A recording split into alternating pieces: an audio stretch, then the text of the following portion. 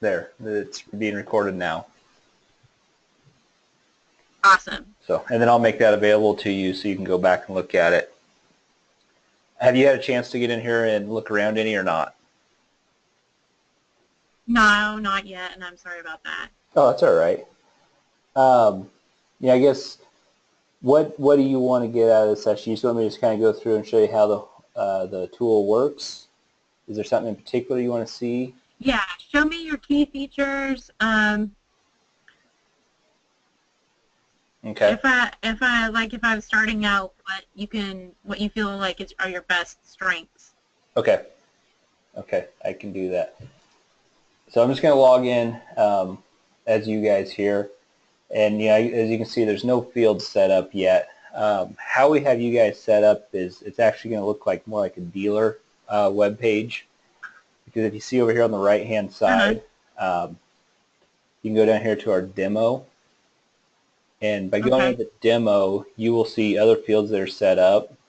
But then also the demo right now will have probes. I just clicked on this right here, and it brings up the probes. So you can see some probe graph stuff. You know, obviously with it being winter, there's not really any active probes out in the ground. But this will give you a probe graph to look at. We'll come back to that. I'll go through and show you how to set up a field. I just wanted to show you that right now.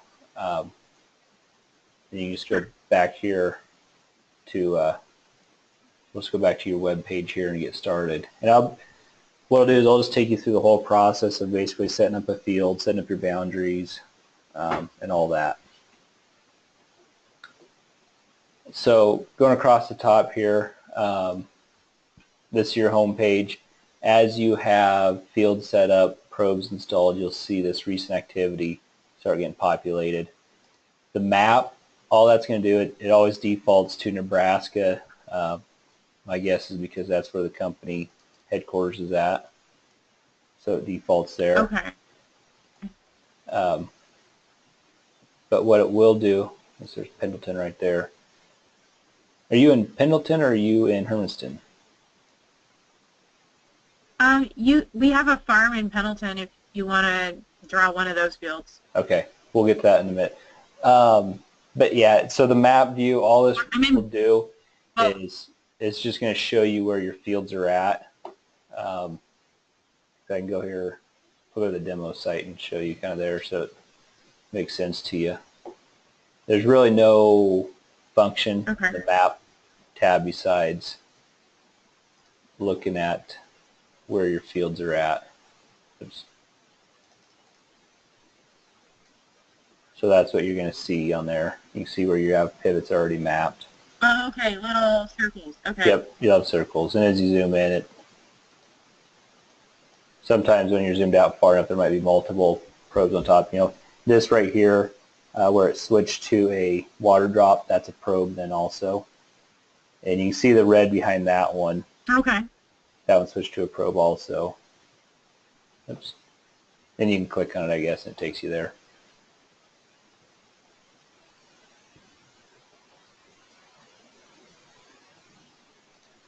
Our site seems to be running a little slow today.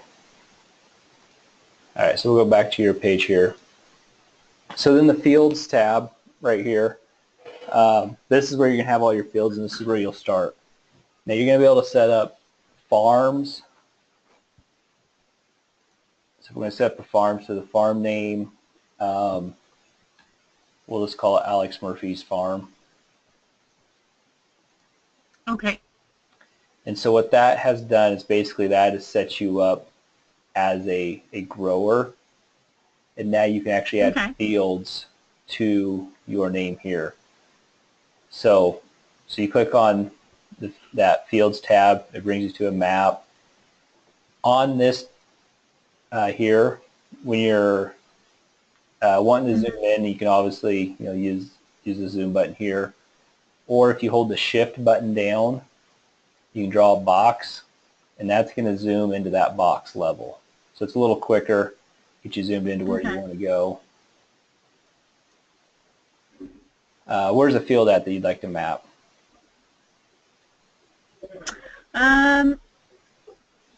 You could just pick any circle out of here because you're putting it under me.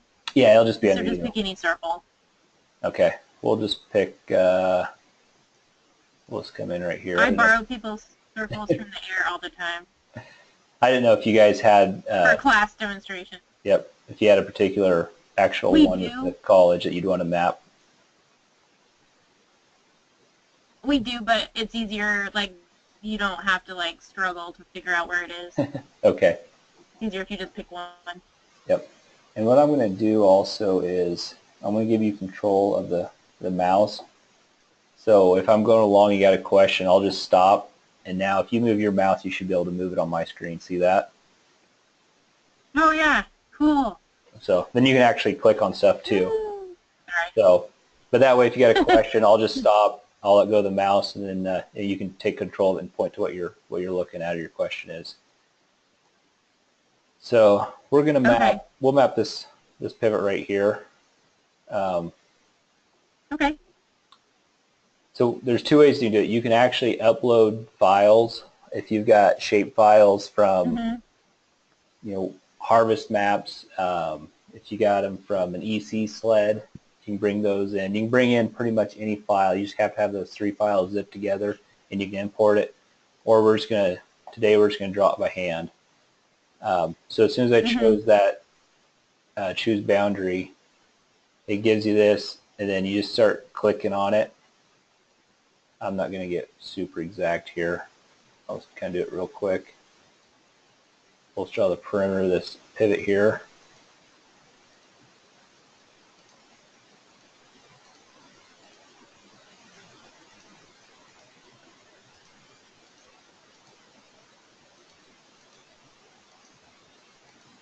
And then when you get to the last one, if you double click, it finishes it, turns it yellow. Then over here, you see how many acres the pivot is, and then you'll give it a name. We're just going to call this test field 1, for lack of better names right now. Okay. So we're going to save that. So now, you go back here, run the fields tab. We have essentially the grower's name in the field. Now if you go in here and click on this right here, that's where you'd add another grower. So you can put my name in there or a student's name in there, and then they just go over here. Then they'll have additional lines like this under each of those, and then they add fields under that name. So that's how you just keep building and adding on it. So we're going to click and go into this field. And so what it's going to do is the rainfall, this weather outlook, it's looking at the national or the local forecast, and it's going to bring that up. We're not in a pro version right now. The pro version is the paid version, where it'll bring in a little bit more detail on it. It'll have instead of like a 3-day outlook, it goes to like a 7-day outlook on the weather forecast. Which on that demo version, you can have one of those fields. It's set up as a pro version. You'll see a little bit more detail on it. So then you go through, and then we're going to add crop details to populate this section. So this is where you go in and you enter in all the information about what you're going to grow. So, are we going to grow corn? You can go through and you can pick the variety of corn. We have multiple crops in here. These are the crops we have right now. I think we're working on teff grass to be entered in there. I know that's been a big one for up in Washington. They'll probably be adding some more too.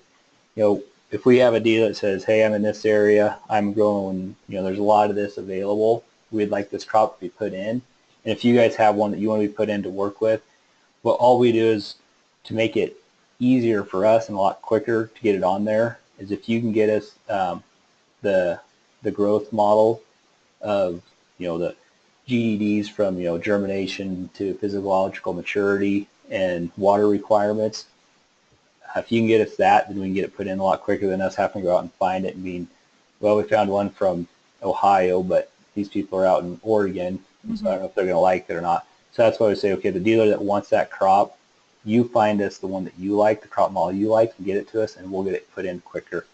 And that crop model will come into play more here when we get up to this growth stages here and water use rates. that puts effect into it. But that's, like I said, the company was started in Nebraska, so obviously it started out with alfalfa, corn, soybeans, and then we've just been adding, as we get out here into the Pacific Northwest, sugar beets and potatoes are a big one.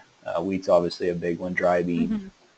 But we'll do corn for now. I don't know, major crop that you have around there that you guys work with primarily. Of course, in that area, you guys work with so many crops. Potato or wheat, but corn's fine.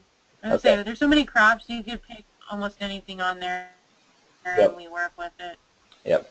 And like I know potatoes for sure, they're not going to have the variety in there. Yeah. It's just going to be a generic one. And so I'll show you what you can do on that to adjust some stuff on your crop model, because it won't look right. It just kind of gives you a canned DDD unit, and it's usually not right, so you can adjust that.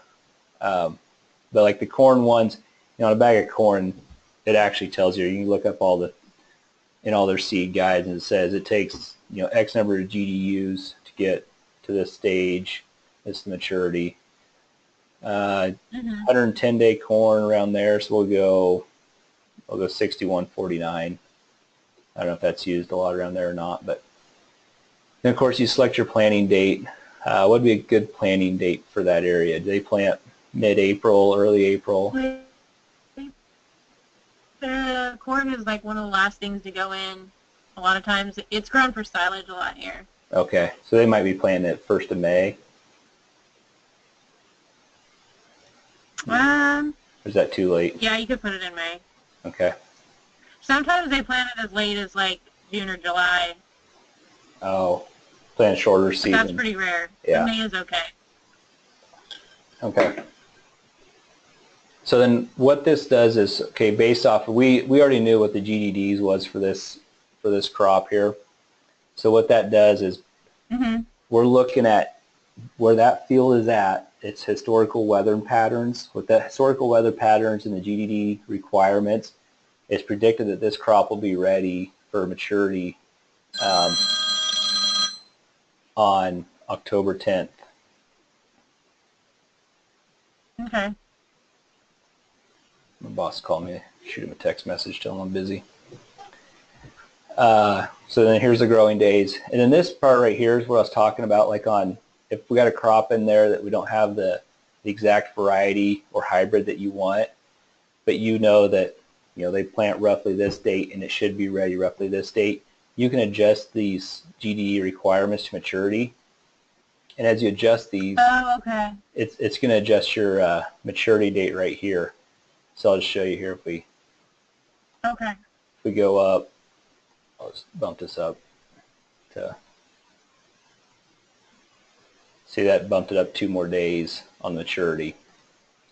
Then you can also put in a maximum rooting depth, and what that's going to be useful for is knowing how much available water. Are we looking at pulling water from 1 foot of soil, or are we looking at pulling water from 3 foot of soil? Potatoes, you're looking at 18 inches probably. Corn, 2 foot. Alfalfa, you're looking at 3 feet plus. I mean, there's risks on alfalfa that will go down 10 foot. Just keep going. Yep. Yeah. So, but you kind of want to put in also, like on alfalfa, you want to know, okay, what is the true effective rooting depth of that plant? Even though there's one little root that goes down 10 foot, it's not going to be pulling this major water source from down there. So then you get to this next one, is it irrigated or not? So if you click yes, then you get this other box over here. You have a water allocation. Are they limited to water? Do they have unlimited water? You can put in the number you want there. Max irrigation depth, what's the maximum you'll put on at one irrigation time. Plant available water capacity, inches per foot, that's going to be based on soil type. So what kind of soil types out there will determine, what kind of water holding capacity you have. And all these that are in boxes are adjustable, as you can see that. And then maximum allowable depletion, that is, how depleted do you want that water soil profile to get? Really at 50% of water is, your kind of your permanent wilting point. So that's why we have our starting point at 75%. We don't want to get down to that permanent wilting point ever. So then what this is going to do, this is going to show us kind of a graph of, I'm going to change this to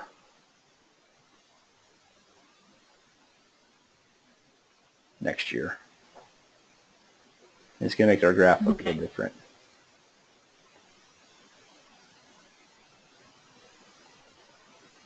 Yeah, see, that's going to kick that out. That's what I was afraid of. So we'll go back to this year.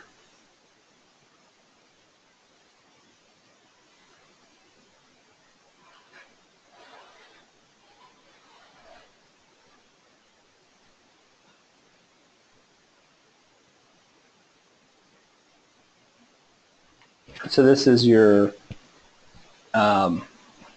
predicted, and since our year's done, what it's do, I tried to use the next year, but it's not recognizing going into the next year yet. But this is showing, you know, in your area, it looked at the historical weather data, and this is your GDD accumulation over this last summer.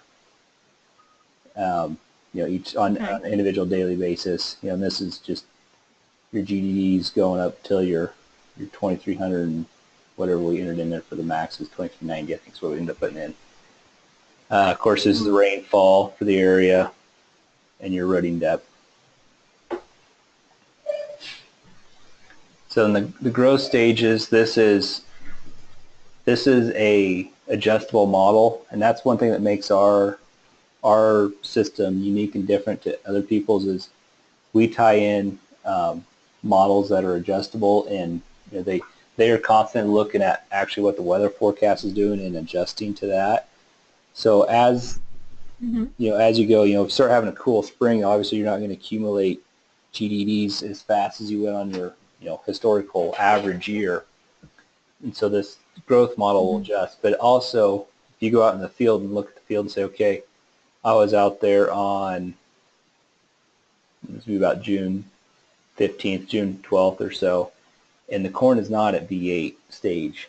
You know, let's say when I was out there, it was only at V6 stage. So here's the legend down here. You look at this and you say, okay, to control this, I want to change everything after this date. So I'm going to hold down the Alt key. I always got to look and remember which one it is here. So hold down the Alt key and click on this, and you notice everything afterwards readjusts. So that's going to keep your predicted irrigation schedules on cue, because we know as the corn plant gets bigger, it's going to require more water, and that's why you want to keep this accurate to the day you're out there. So whenever someone scouts the field, you come back and say, okay, I was out there on this date. Let's make sure our stage is matching up with the data that's out there. Like I said, down here you can see you can adjust stuff prior to it, or you can adjust the entire graph at one time. You just hold down both the Alt and the Control key and it adjusts everything.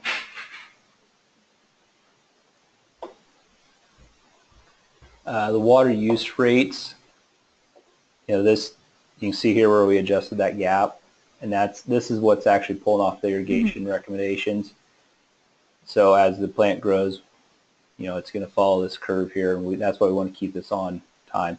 And you can change, you know, how the legend reads, whether it's days after planting, by date, by accumulated GDDs, proportion of full maturity, and then of course the root development's the same. So we're going to save that now that we got our field set up. So now we have, you know, our plant here. It's saying it's at R6 for some reason. Oh, that's full maturity there, so that's why it's at R6. You know, because our predicted maturity date was October 12th, so we're at full maturity. You know, we're actually past maturity there. It should be hard. What's that? I hope it's harvested now. yeah. Hopefully they pick this. Of course, you know, the GDD forecast going forward, it's not available because we're past that date. We could actually, I wonder if we do this. Wherever you see this, like if you don't like anything in there, you click on that and you can fix it. We're going to change this a little bit.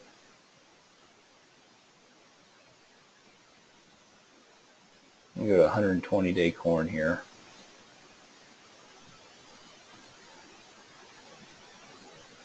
Yeah, that might be a little long. Let's go 118-day.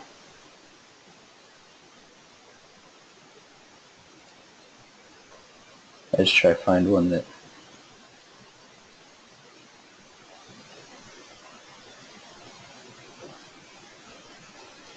let's change this. Geez, it jumps. Probably why it's jumping so far in date is because we don't accumulate any GDDs in these colder weather days, and that's what it's looking at.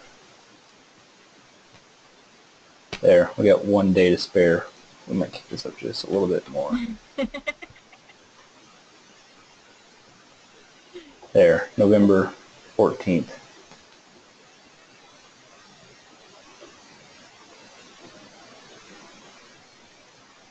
So there, so we're still at our maturity range, but we still got a few more days. I don't know why the GDD forecast isn't. Probably because we're out of the typical growing season, I'm guessing. I've never tried to enter in irrigation predictions this time of the year. So then here's our full. We don't have any water now. Yeah, the water shut off. So then here's our irrigation predictions based on historically where that field is at, what they historically get for rain, and what we'll have to put on for irrigation. So it's saying, June 2nd, you're going to need to start putting on, 2/10, 3/10, 3/10. And then we put that 1 inch maximum. So that's why it's staying at 1 inch max. And it looks like it's about every 4 to 5 days we have to put on an inch of moisture all the way through until the end there. This is our full season model here. So if we were in the growing season, say we're back in August, what you'd see the solid blue line all the way up until the current day, and then after that there'd be a dotted line showing what it'd be predicted to look like. Now this is actually pretty unique. Hermiston must be a really dry area, not much moisture. It's very dry. We get like 10 inches a year. Okay. Well, even then you'd think I'd see, normally you see a few umbrellas, especially early in the spring. So if we get it mostly in the winter. Mostly in the, okay, that's probably why. Yeah, our summers are pretty much zero dry moisture. and sunny here. Yeah, so if there's any rain events, you're going to see an umbrella here versus a water hydrant. So that's why I'm like, there's no umbrellas here. There's no rain out there. We don't get any rain this summer. I guess I would say I thought Idaho was dry with what our moisture is, but we usually get a few umbrellas in there. But yeah, so if there's a rain event that happened, it'd show a rain event. Otherwise, these are irrigation events. And then going forward, you'd have, like, if with our forecast, if there's a prediction of rain, it would show an umbrella out here. If this is under the dotted line area, it still showed an umbrella as, this is a possibility of rain. But it'll also still show these faucets, saying, hey, this is a scheduled irrigation event. So down here, this is our irrigation. Obviously we just set this field up so it's not showing that we did anything. You can enter your irrigation events here.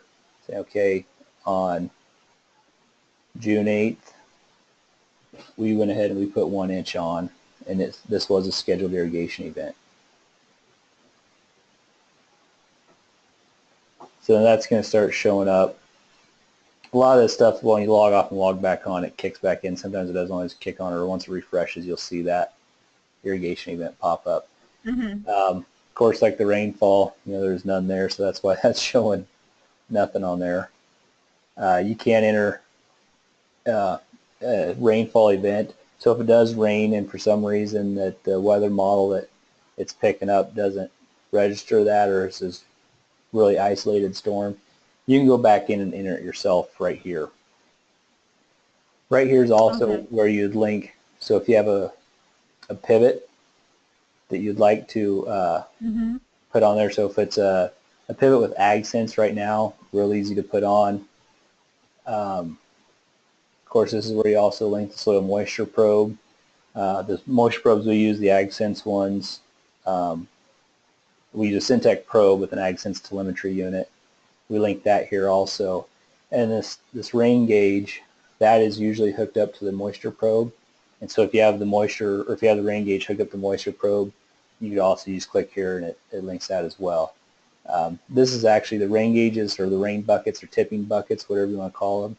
I think are a super useful thing to have out in the field, because you're going to do a couple things with it. One, obviously, you're going to catch actual rainfall events that go out there, and how much rain you get. You know, when rainstorms do go through there, they can be pretty spotty. You know, one spot can get a ½ inch, and 2 miles down the road might only get a quarter of an inch or an inch of rain. So it's going to tell you what you truly got in the field. The other thing it does is it catches all the water that comes out of the pivot. So you're going to know how much water your pivot's actually putting on. I mean, there's been several cases where guys have figured out, hey, wait a minute, there's something wrong with my pivot. You know, the well's not putting out what it's supposed to be. Nozzles are shot. You know, obviously it's just going to be under one nozzle. But they say, you know, it's not nozzled right for what I'm trying to do. And then what you'll have here under these individual graphs is you'll have this irrigation, and then you'll also have a tipping bucket graph like this. And then there'll be a rain bucket graph. And so as that goes through, the tipping bucket will catch every water event. Like I said, it's not going to decipher between irrigation or rain. But, you know, especially on your area, it'll be real easy. Is what you do is you just go in there, and let's say this is the tipping bucket graph. You click on, this is probably not going to do anything. But when I click on that line there, it pop up that basically it's this box here. Well, not really, I guess. It's a bad example. It pops up a box and says, is this a rain event or is this a irrigation event? And then you assign it rain or irrigation.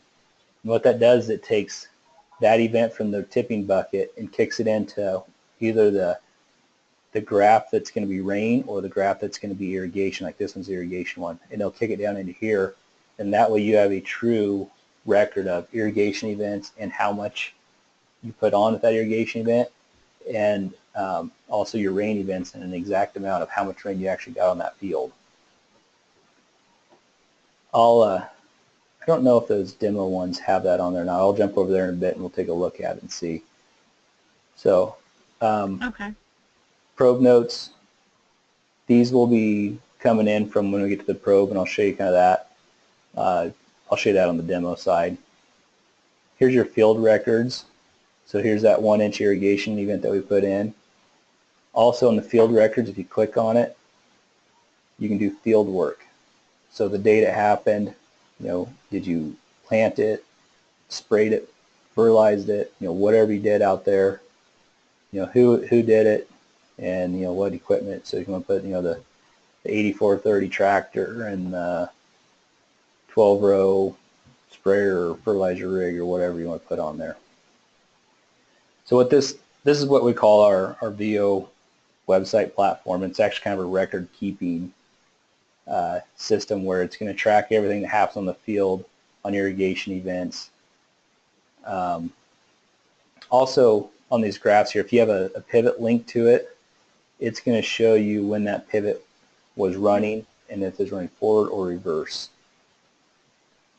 I might actually log into another gentleman's account here and see if his info is still up there. I'll kind of show you what that looks like, because it might be kind of hard to picture that without seeing it. So that is the Fields tab. So now then going into VRI, this is where we write scripts for variable rate irrigation. So what we're going to do is we got to set up a pivot here. So we've got your field, test field 1. I'm going to save that. So then it also has your soil types here. So we got, looks like this small patch here might be a ridge or a little bit of a ditch or something through there. we do have a little bit different types of soil, so that's good.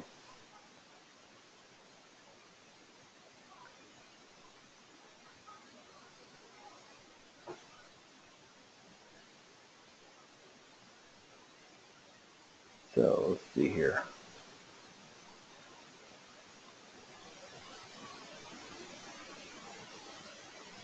Why isn't I'm not getting a pivot tab on there.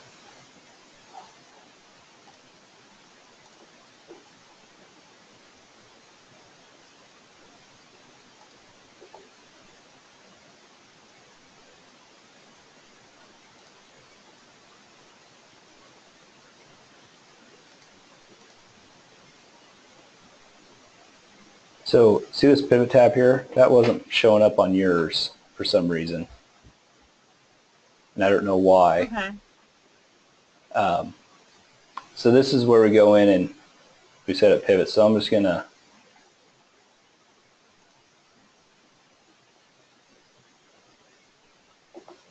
add a new field here. Let's go off mine. I'm going to have to see why that wasn't set up on yours.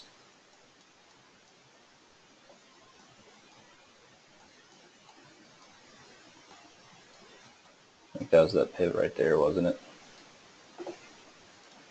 I believe so.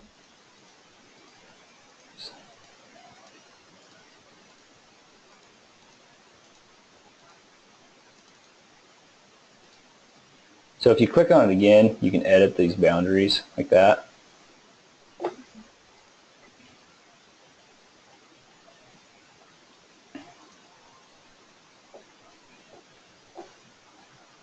All right. So now we're going to add a pivot, and then we'll go through here and we'll choose the farm.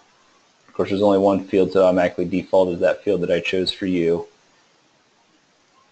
And what you can do is, you can zoom in. You can actually, if you know the latitude and longitude of the pivot point, you can enter it in right here. Or like I say, you can just zoom in. You can usually see it pretty good and set that on there. A lot of times what I'll do is I'll set that first one on there and I'll try to match up the circle there. And looks like my pivot point needs to come that way just a little bit. Then I'll zoom out and finish dragging the pivot out. So, and now if you have a wiper, so there's the wetted pivot radius. So if you have a wiper, then you put in the start angle. So let's say your wiper is irrigating this bottom half right here. So it goes right here to here and back and forth. So when we put in a start angle, it'd start at 90 degrees because your zero is always straight north. It'd start at 90 degrees and it'd go around to 270. So I'd put 90 in right here and 270 right here, and then that'd make it recognize it as a wiper pivot. But since this is a full circle pivot, we just leave it at that. Okay. If you do have an access road going in there, you can enter that in. Actually, that guy's road looks like it'd be at about 190. Well, if you hold your cursor over the field, and it's going to disappear when I move my mouse. But up here, right here, it tells you the information. So I'm at 199. Oh, cool. 190. We'll call it 199. So we're going to put our access road at 199. Now, if when the pivot manufacturer set up the pivot and it's not true north 0, you can actually change that right here. Say, okay, this pivot, for some reason, the north is actually shooting off over here at 30 degrees. You can change that so it matches up with what your pivot panel reads. This is where you upload the pivot. So if you got pivot information with telemetry on it, you put it in there. Put your serial number in on the pivot. You always got to put a number in here, else it won't recognize it. What kind of system it's running on. So now your base walk speed, and all this information here will come off of your pivot panel. And what this say, okay, at a base walk speed, let's say at 65%, we can put 1 inch of water on, and it takes that pivot 60 hours to go around, whatever those numbers are. But you need that information because that's what's going to run your VRI scripts. Is going to be based off of this information here. Okay. Now these are, additional information you put in there will help track everything your pivot does, and it'll be useful for reports at the end of the year. So, like your water allocation, your energy source, what's the energy cost to run this? What are you pumping gallons per minute? The expense to pump that cost. That'll help you calculate at the end of the year. So now we have our pivot set up. There it is. There's the information on it. So now we're going to go back here to VRI. So we're going to go to this test wiper, and there's the pivot that we mapped. The soil types. We're going to say that this is where you can import. EC maps if you want to write a script based off of something other than the government survey soil or government surveys, soil surveys, or if you just want to use the Surgo maps that are automatically loaded for you, you can use those. So you save those, and you click next. Now this check mark right here is just going to highlight so you know which zone you're looking at. So this is the bigger zone, this is the smaller zone. Okay. And it's going to tell you, okay, this is I'm going to expand these out here. So the smaller zone is 12 acres, and then you can decide, do you want to manage a 1 foot rooting depth or a 1 foot soil zone, soil profile, 2, 3, or 4. And why that's useful, some areas you're going to hit rock at 18 inches, 2 foot. It's real shallow soil, so you don't want to put in there 3 foot because you don't have 3 foot worth of soil to hold water. You've only got 2. Or if you want to go to 4 foot. Very cool. So you can adjust that, and then also what you can do is all these are going to be off the government surveys are what's the top soil type, and it just populates the rest of the soil down below. Well, let's say you go out there and you can do core samples each foot. You do a core sample and say, okay, it's sandy loam, but then this turns to straight sand after 1 foot. And so foot 2 is sand and foot 3 is sand. Well, as you see here, that's going to drastically affect your available water content on that soil type. Your water holding capacity has gone down. This one, we'll just leave this one at the stock. We can change it if you want. Like I said, you can manage different zones at different depths too. We can change this to 2 foot, or we can go to 4 foot. There's some other. Let me go back there. I skipped one thing. There's some other parameters that you can put in there also. So if you have a hard pan out there, you can select that, and that's going to, then you can put in just a person and say, okay, we know we got a hard pan. There's really nothing scientific about, well, if your hard pan is X amount hard, it's going to restrict water this much. This is kind of a farmer knowledge based, year based guess. Say, okay, we know we got a hard pan out there. Let's reduce the rooting restrict. We'll put a 20% restrictive rooting depth in there. That's going to affect how it takes up water. Field capacity, you can change that if you want. Your wilting point. If you want to change wilting points for the different soil profiles, you can. What's your yield goal? How's that going to play into effect with what you're going for? Surface runoff. If you got some steep slopes out there, okay, we're going to have 30% runoff here because this is steep. That's going to play a huge factor in it. So those are just some additional parameters that you can put in there when trying to determine what your soil profile is going to look like, and its water holding capacity, water absorption capacity, water uptake, water infiltration rates.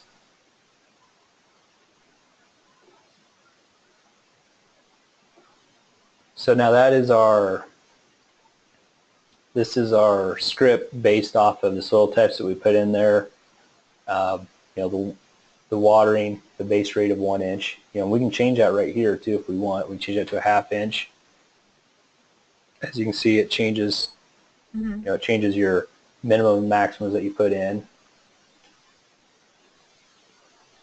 You can change, how do you want it to be determined, by majority zone or by average water holding content.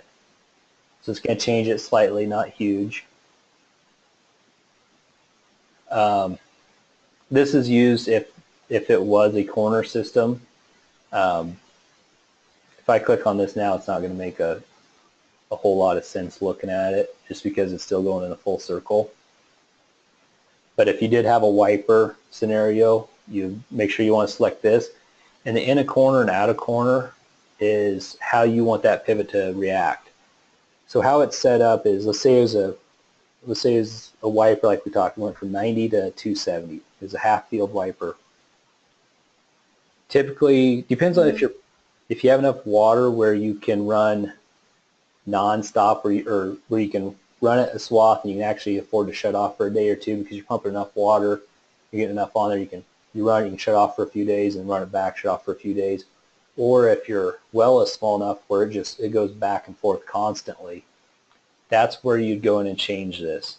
So if it's going back and forth constantly, what you'd want to do is it starts out heavy and gets lighter, and then at the halfway point, you can see this would be the halfway point. It actually resets and then starts out and gets heavier, it starts out heavy and then gets lighter as it goes around. That way when it switches directions, it's going to be drier over here, so you're not going to be pushing through mud. But if it's a pivot that you can run and shut off for a couple days, it will start heavy and get light all the way through the cycle. Then you shut off and then you start heavy and get light again. And it puts on more water though at that time versus a little bit lighter rate, knowing that it's going to turn around as soon as it hits that stop and start going back the other direction. Now also, if you don't like what these are looking like, I'll take this off. So then you run it on the wiper script, you run it, and then when you go to reverse, you click the reverse button and it flip-flops that script for you. So right here, so you take this out to the farmer or the grower and you say, okay, this is the script that came up based off of your soil type, your slope, what the soil profile looks like. Do you like what it looks like? He looks at it and he says, well, it looks all good, but this 2.43 inches right here, I do not like that because that is way too much water. All right, so we'll just reduce that down to maybe 1.50 inches. So now the maximum it's going to put on is 1.50 inches, and see how it adjusts everything around there? So now it's within his parameters that he's comfortable. I mean, I've actually never seen one go from 0.9 to 2.4, but if you remember when we set that soil profile, I changed this piece of ground in here to real sandy, and I think we're only managing a 2-foot zone, and the rest of it we're doing a 4-foot zone with silt lay. It has about 3 times the water holding capacity. That's why we're putting more water on it goes through there. So if the farmer doesn't like, how wide the gap is, you can narrow it up this way. Also, you can change how big of pie wedges you're going to manage. And some of this can be limited by the type of pivot. Some pivots can go down to 2 degrees. I don't know if any of them can actually go down to a 1 degree pie wedge. I think some of them might be at a minimum like 4 degrees. But you can choose on the size of the wedge that you want to manage on that. When you do change the degree size, it does kick this back to the defaults. So you just have to remember that. I'm going to kick back over to the paid version or the demo version and see if they have, because right here when you're on the paid version, it's going to have a breakout of every single one of these wedges right here. Let me go over there and see what they've got.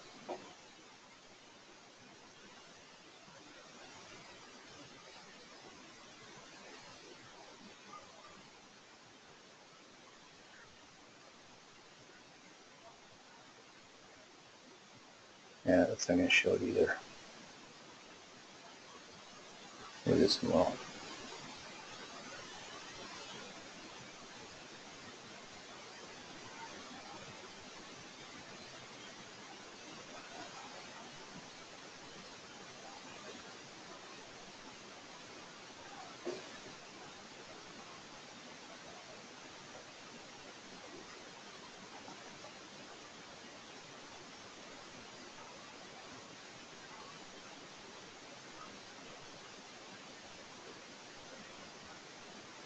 I don't think any of these are.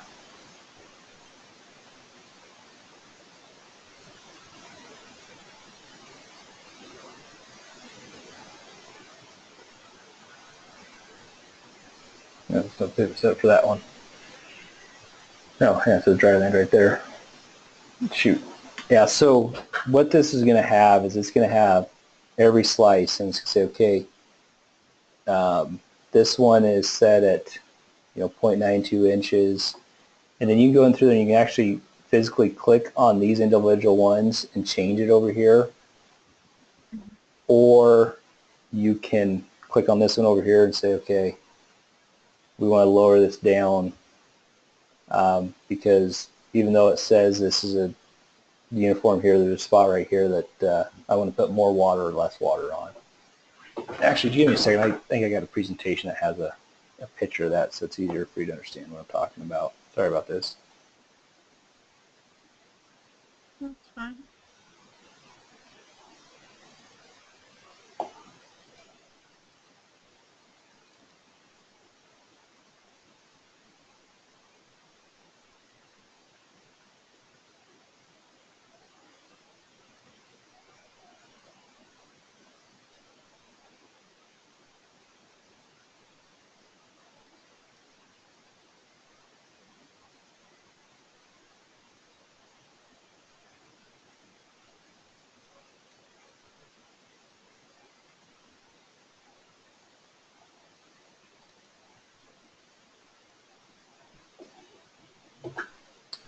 All right, so this is actually this is kind of the beta testing. It's flip-flop for some reason, but this is what it'll show. So you can see it has the 0 to 2 degree angle, how much that one's putting on, the speed of the pivot going through there, water holding capacity, and the restrictions they put in there. This is what I say, like, so if I went in here and I clicked on, instead of like trying to figure, okay, oops, I scrolled the mouse, changed the slide on my presentation there. So let's say, for some reason you don't want to have to, okay, which one is this, and try to figure it over here. You can actually just click on this pie wedge right here, and it'll highlight the one over here that it is. And say, okay, if I clicked on this one, it's this one right here. And then you can change it. Say, okay, this is my pivot road, or this is there's a low spot right here that I don't want it to put 70 hundredths on. It's real small. So let's just put 35 hundredths on there as it goes through there. Try to keep that from flooding out so bad. You can change that to 35 hundredths, and then if you lock it, what that will do is if you change any of this, it will always leave that one wedge right there at 35 hundredths. You don't have to worry about it ever going back and having to redo that one. So let's go back to yours. Okay, so let's get into the probes here. I guess that's kind of where we're at now. So the probes is another huge difference that we have versus other people. It's just how we analyze the data and how we display it is pretty unique to us, and then it tying in with our VRI and our water recommendations. So this probe, obviously is showing the full year here. I believe it's offline. It went offline. Okay, still showing on October 24th, so just 3 days ago. But this is just kind of a general overview of your total daily change. Is it increasing, decreasing? The first sensor here, so we use the Syntec probe. It's a tri-scan probe. It has salinity, temperature, and soil moisture. The first one here is salinity. It shows each sensor, the Syntec probe, every sensor is roughly 4 inches apart. The first sensor starts 2 inches off of the top of the probe, and then after that's at 4 inches. So it'd be at 2, 6, 10, 14, 18, so on. And these are the individual sensors going across here. The next one is the temperature sensors, and then this is your soil moisture sensors. Of course, you can go in there and you can turn sensors off if you want to clean it up a little bit, kind of what you want to look at. Or you can change it from a percentage. Right here it tells you all the readings, or you can change it to inches. So if you want to look at available inches, clicking buttons are too fast. You must be doing something to it today. It's usually not like this.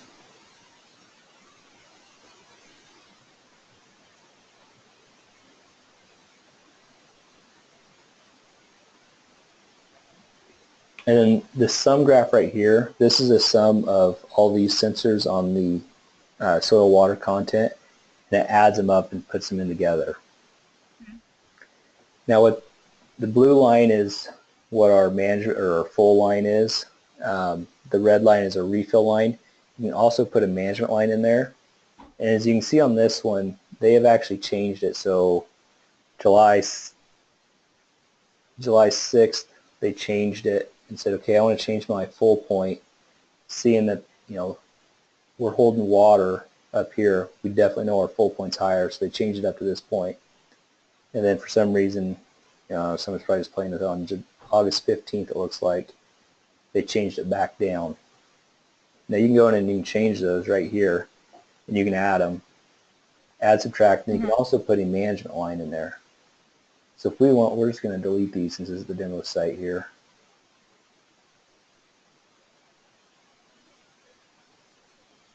I don't know how the demo site is. Maybe they might have it set in there permanently where we can't change it. Oh, yeah, there it goes.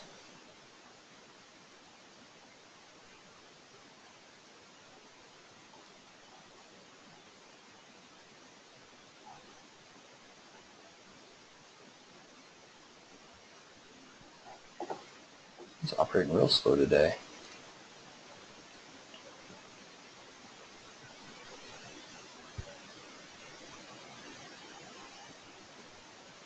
Oops.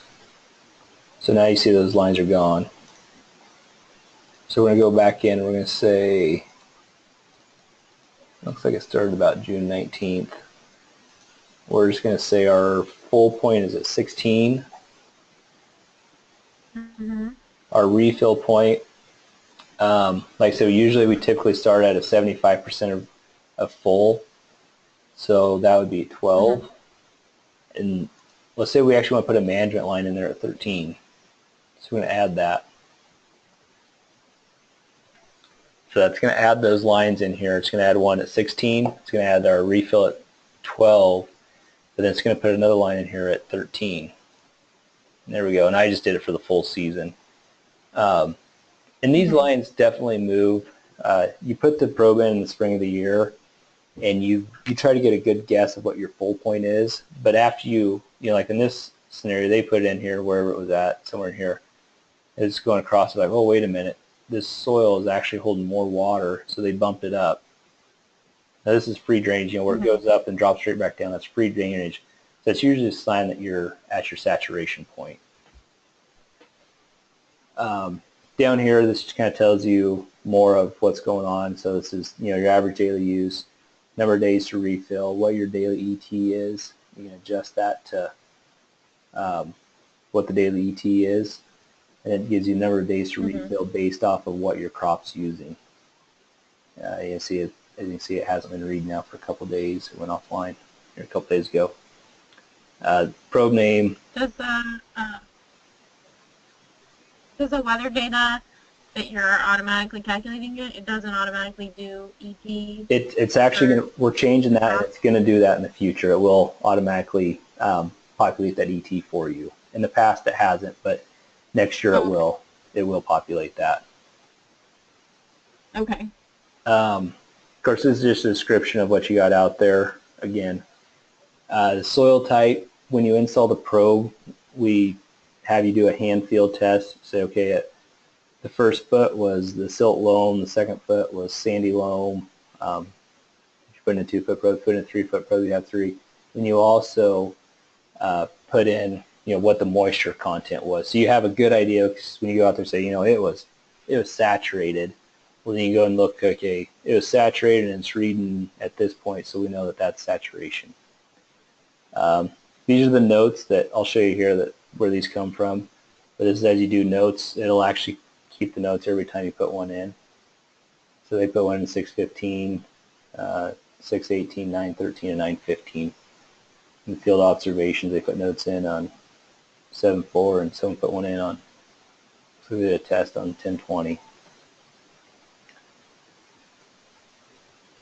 So the vertical ruler, this is cool if you want to compare 2 points. So you turn that on and say, okay, I'm going to go back down to the water one here, and say, okay, we had an irrigation right here. We want to see how much water we got in there. So there's our first one that we want to drop, but we want to drop another one after that free drainage. We're going to drop one right here. And now you can see the change. We had a change of 27 hundredths between this line and this line. So you can go in and you can measure it, and that puts those lines in all the graphs in the exact same spot. So on the individual sensors, that top sensor went up 0.08 inches in moisture, next one went up 0.04, 0.05, 0.06, and it looks like it's about the 20-inch sensors as far down as that water got on that irrigation event. Irrigation or rainfall or whatever the event happened to be there. And you can go through and you can move them if they're not where you wanted them.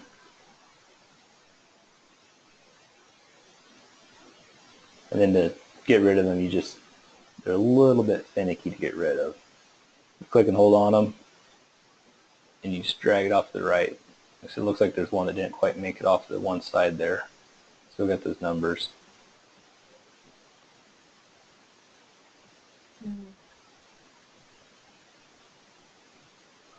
You just gotta go slow and they'll follow you. They're trying to herd cats here.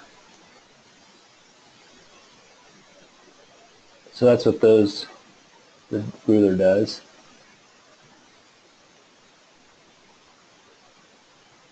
This annotate, this is where you put in the notes. So you'll select on there and you say, okay, hey, I was looking at this, Mr. Grower, and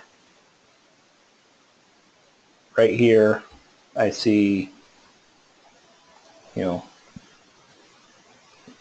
what happened.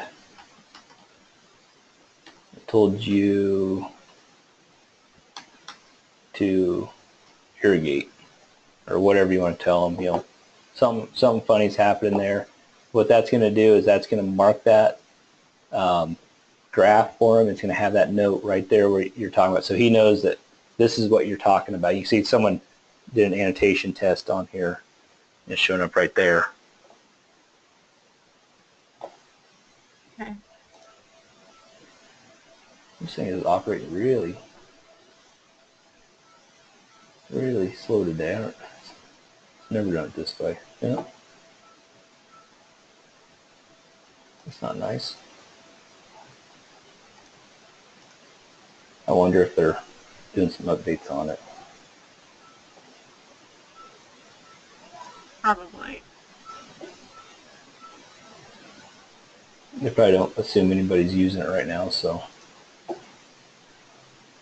Yeah.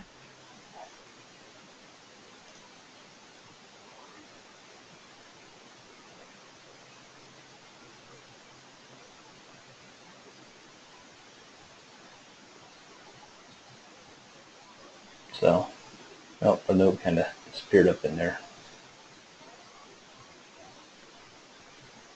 But that's where we put that note, is that mark right there. There's also notes here that you can put, have them show on the graph. And if you do that, then they'll show up on the graph. So that's, here's these notes that we were reading earlier. And it shows, okay, note 3, note 4 was written at this time frame. Note 2, those earlier ones.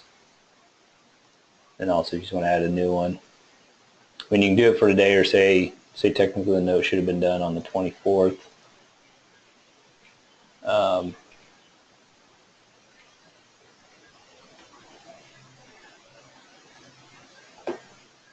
that'd probably be note 5 then.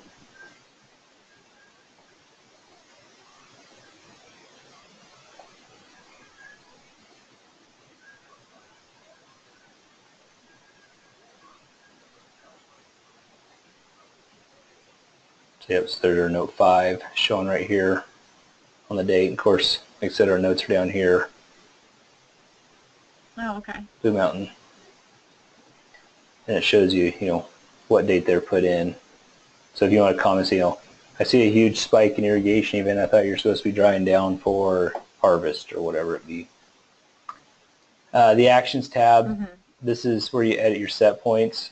That's the same as what we did down below to set our management lines. You edit sensor depths. So this one here has actually been edited for whatever reason. I've put in a probe where I hit a rock, and so the probe doesn't go all the way into the ground.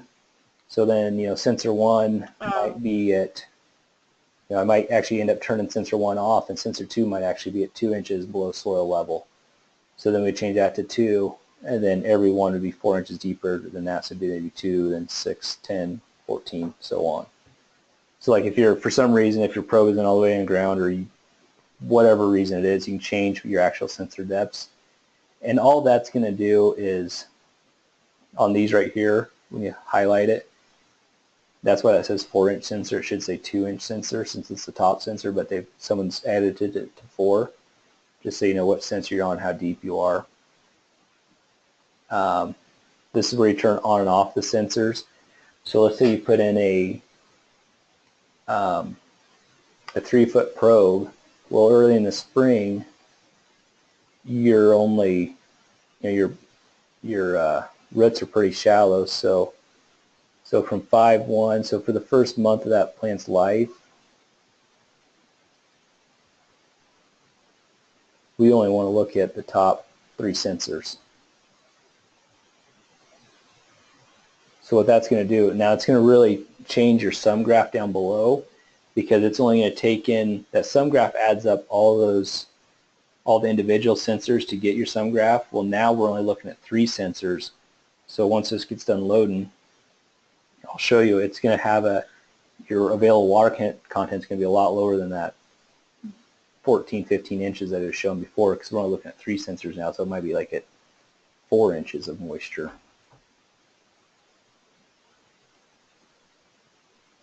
Now, one thing about that, turning on and off the sensors, which is nice, is even though we turned them off, this only went back to June, so I went to May.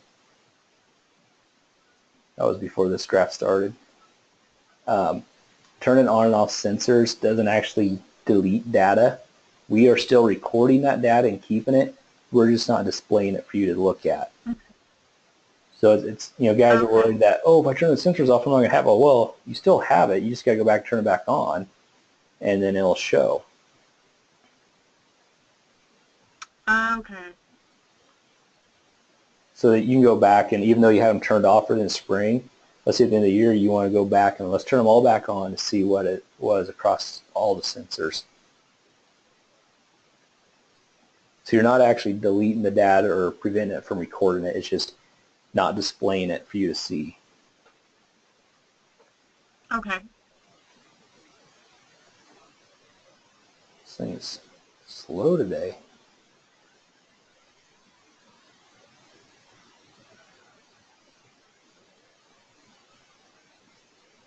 Might be my internet for some reason too. So see, there's where we turn those sensors off. Oops, I turned off the top 3 instead of turning the rest of them off. I did it backwards. Okay. So I clicked on the ones to turn off, said the ones to keep on.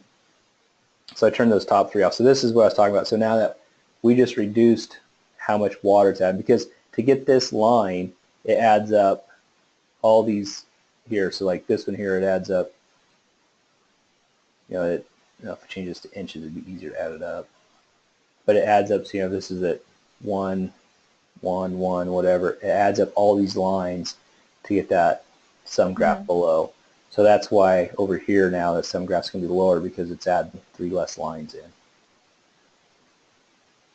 So it's adding 1.6 plus 1.8 plus 1.7 plus 1.6 to get this 15.3. So we've just lost 1.5, 1.4, and 1.5, so 4.5 basically inches of water lower here versus over here. Like I said, then I can go back in, I can just remove that, and I'll turn those back on if I just remove that.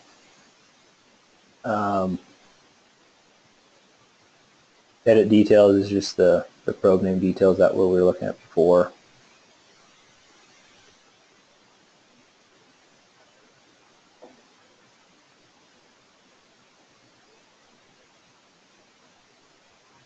Ooh.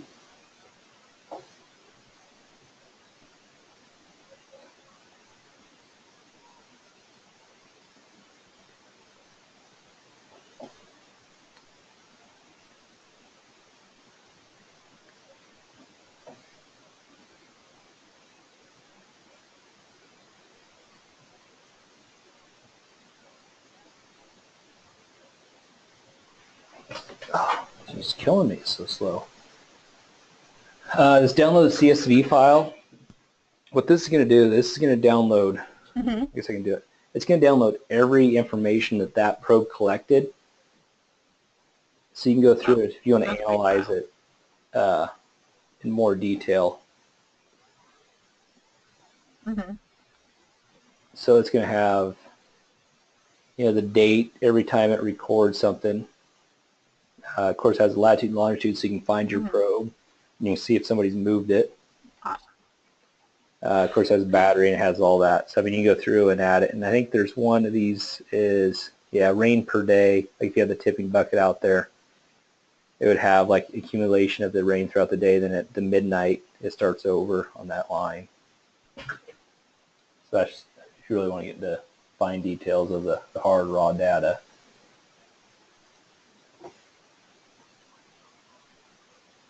Yeah, just go to the map then. Then in settings, this is where you go in to set up your notifications. So you either do an email or an SMS notification. What you do is you go in here and you just put in your name. Do you want an email or do you want a text message? So I'm going to go to, if you go to text messages, put in, your carrier, put in your phone number, and then, so now as you see, when I switched it to text message, it is a little bit more limited on the notifications you get, but then you select what you want for notifications. This is your full and refill alerts, and then, I think we had it set at 12 and 16, so you might want to get an alert when you're within 1 inch of those, because you don't want to actually hit that refill point or the saturation point. You want to know a little bit ahead of time before it gets there. Change this back to email. So on the email, you get more options. Do you want to be sent weekly or daily on the probe reports, full alerts, and you get weather sent there, pivot reports, if the pivot's tied in there. Oh, that's what I was going to show you, is kind of what that pivot looked like. So that is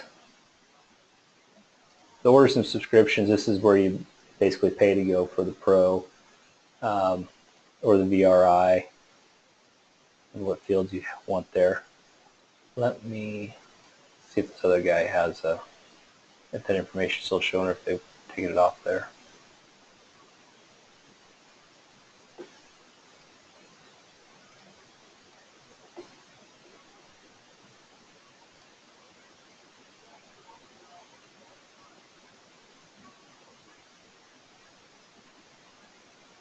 So see, this is the Pro one. See how the weather data is a little bit further extended out.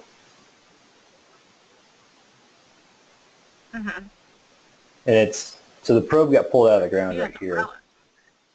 What's that? I said he has umbrellas. Yeah, he's actually gets rain out here. So, I usually don't say that in Idaho, but compared to where you're at, yeah, we're actually showing some rainfall events here. So this is the individual graphs I was trying to kind of explain. This is a lot easier. So this is the irrigation events. Now he didn't do a very good job assigning rain and irrigation events. But so here's the predicted irrigations. Here's what his probe sensor data was showing. So you can see the ups and downs. This probe was put in another field and pulled out, and then we put it into his field at the very end of June, like June 30th, I think. Yeah, June 30th is right there. So that's why you have the straight line here. And then this is where we pulled it out of the ground. This is where the pivot was hooked up. So the bottom is showing it's going reverse. The top is showing it's going forward. And then in between is where it's set and idle or not moving. So you can see, okay, the pivot moving, the pivot stopped. You know, what's happening with the pivot. Now this is the tipping bucket I was telling you about, to where it catches all the rain, whether it be rain or an irrigation event. So you just go in there and you click assign as rainfall or assign as irrigation, and it kicks it down here, kicks it from here down to whether it be irrigation or rain. And that way you can go through and say, okay, here's where it all irrigated, and here's where it all rained at. So it's keeps track there. And then here's a few notes. When we first got started, I was kicking them out a few notes just to let them know how it was working. Of course, in the field detail records, the scheduled irrigation events. So does that probably makes a little more sense than what I was trying to explain earlier. Yeah. I don't know. Do you guys have like an AgSense controller on your pivot out there at the farm? So we have the company we have that does a lot of precision irrigation around here is IRZ. Yep. And they were gonna put a probe in this past summer, but they didn't get over here. There's not a lot of irrigated ag in Pendleton. Okay. There's mostly irrigated ag in Hermiston. So their tech didn't ever get over to Pendleton to put in a probe. So we don't have anything in our fields over here or weather stations, even though we're hoping to get something, because it's a good teaching tool, even if we're not. We have irrigation on our ag farm. Yep. So we have some irrigated acres in both the Hermiston and Pendleton centers. Okay, but you don't know if they have a telemetry unit on your pivots But we there? don't have any probes. Okay. What? But what about to run your Sorry, I pivot? missed Do you have telemetry units on your pivot? Or do you have pivots, or are you running something else for irrigation? We have pivots and we have a linear. Okay. And so we do have some telemetry. My department head is the one that manages the one in Pendleton, and then the ones that we would use for teaching in Hermiston are all by OSU, the experiment station there. Okay. And so I think some of the ones at the OSU experiment station do have some telemetry, but I don't know if all of them do. Okay. And so it'd be great if we could... The one... Keep going, yeah. I was going to say, it'd be great, you know, I'll come out and I'll stick a probe in there for you next year, like I said. But if we could stick a probe out there where we have one of those pivots with the telemetry on it, it'd be cool. Oh, I should have... Because our webpage will actually show if that pivot's running or stopped also. So you have kind of a one-stop spot to look, say, hey, is this pivot running? Let's see here. Yeah, so these are all turned off, obviously, because it's winter. But they'd be green. But this is actually the direction that the pivot's set. So this one's sitting kind of northwest-ish. This one's southeast-ish, northeast-ish. That's actually the direction that those pivots are sitting. This is going to get better next year.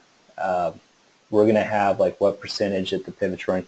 Basically anything that an AgSense controller is reading, because that's the one that we're working with right now is the AgSense controllers. We're working with FieldNet to bring their information in. Okay. But right now it's only AgSense controllers or the AgSense units, the field commanders. I think that's what the AgSense brand.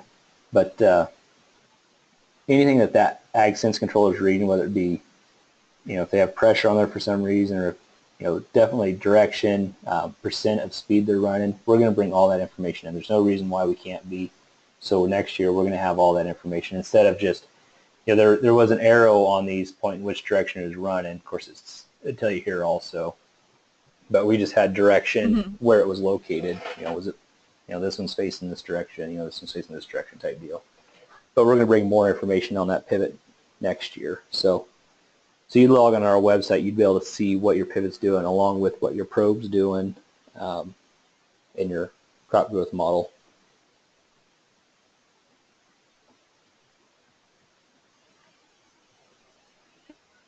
Okay. So any other questions? I guess what have I gave you a information overload yet or not? You're getting pretty close. But I was trying to think if there might have been one question. I don't remember what it was though.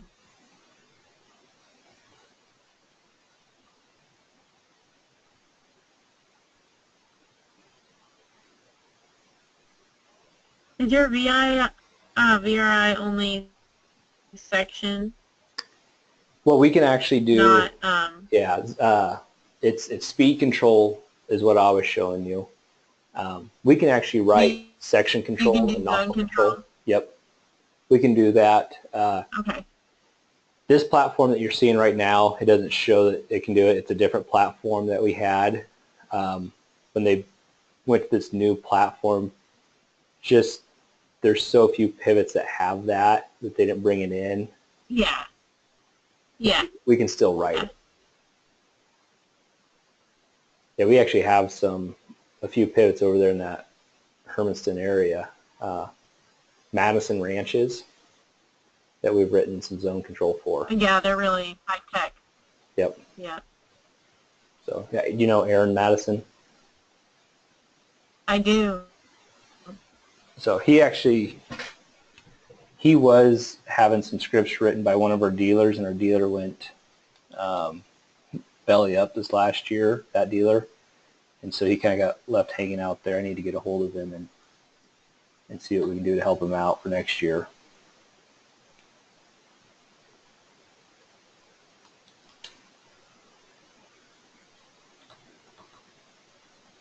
But yeah, we can do all that, the zone control, the section control.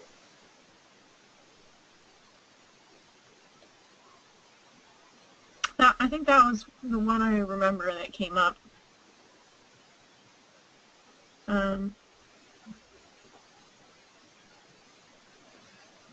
can't think of any more right now. I might have more as I get into it a little bit more. Yeah, so just hop on, log on there, and just start playing with it. Start mapping out some fields, just slapping some pivots down. Like I said, you're not going to hurt anything. Unless you know somebody's AgSense controller numbers, you're not going to be turning on anybody's pivots on accident. So I don't. I don't even know if we have controllers, so. But yeah, just play with it some. You run into an issue, just give me a holler, shoot me a text message or whatever, and I can help you out. I'll get you a link to this recording so you can go through it and watch, and that might help you too at some point. Try not to go too fast. Well, no, it's just one of those things. It's easier to just, like when I'm typing a lecture, it's easier to just pause and kind of go through the steps. Yep. Yep. So, well, awesome. Like I said, just get any questions, run into hitch, just give me a holler and I can sure help you out. Okay. Well, thank you very much. That was very informative. Yep. Trying to think sometime, I mean, if you want to do like another session on it or whatever, or go over it, just let me know. And otherwise, we'll keep in touch. And like I said, I'll bring a probe out next spring and we'll get a probe stuck in the ground. And when are you going to start having, because you're doing just online classes right now, are you going to actually have any classes next spring? No, I have in-person classes right now. They're in Hermiston. Okay. Next term, so January, I'll have some in Pendleton, and March, I'll have another set. And all of those, there's 2 different classes I teach in irrigation. Okay. So January through June, I'll have an irrigation class going Okay. at the Pendleton. Okay. I say when we come up Yeah. with that probe, then I can try to schedule around your classes if you want to do that. That would be really cool, actually. Yeah.